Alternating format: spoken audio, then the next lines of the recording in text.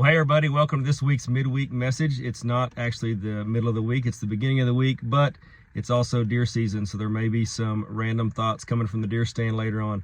Also, while you watch this, if you can hear a weird noise coming through in the background, sound like a diesel truck running or something like that, and you know how to fix that, please let me know, because it's been happening lately when I record things and then I go back and watch them or listen to them and I can hear that noise. I have researched it, I've Googled it, I don't have an answer. So if you do, please let me know.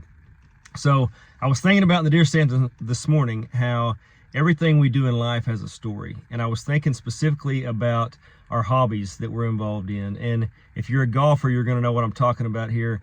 When you get done golfing for the day, you finish your round and you're with the people that you played with, or if you're in a tournament, you're talking to somebody from another team and you talk about, you know, how you could have been this many strokes better if this would have happened, or you know, you made this good shot. You may be, you know, I lipped out for birdie on 7, but on 12, I hit my drive in the trees and I hit a great approach and I was able to save par. Whatever it is, you know, those are fun to talk about. They're fun to tell. They're fun to listen to.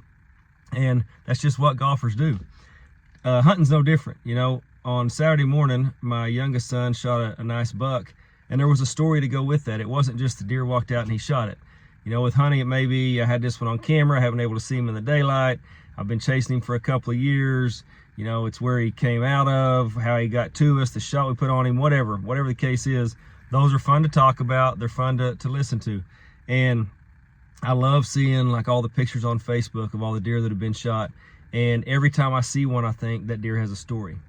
And our spiritual journey, our Christian life is no different. You know, we all have a spiritual story to tell, but the problem is sometimes we're reluctant to share those. We're reluctant to talk about those things for whatever reason. If you're hesitant to talk about it, there's a reason. You know, I know for me, for a long time, it was that I wasn't good enough, that I had this thought in my head that I had to be perfect and nobody was going to listen to me because I wasn't a good enough Christian. And here's what I found out, is that you don't have to be good enough. You have to be willing. And if you're willing to share what God has done for you, what God is doing for you, and be an encouragement to others, I promise someone somewhere needs to hear what you have to say. So I just challenge everybody, just like we tell all those other stories, the things that happen in our life, be willing to share about your spiritual journey and maybe how you came to know Christ, or, you know, the maturity as a Christian that's led you to this point, or whatever the case may be. Just be willing to and be bold enough to tell that story and to be an encouragement to others, because I promise you, someone somewhere needs it. So, hope everybody has a great rest of your week, and if you're a deer hunter, good luck, and I hope everybody has a happy Thanksgiving, and as always, love God, love people, go make a difference.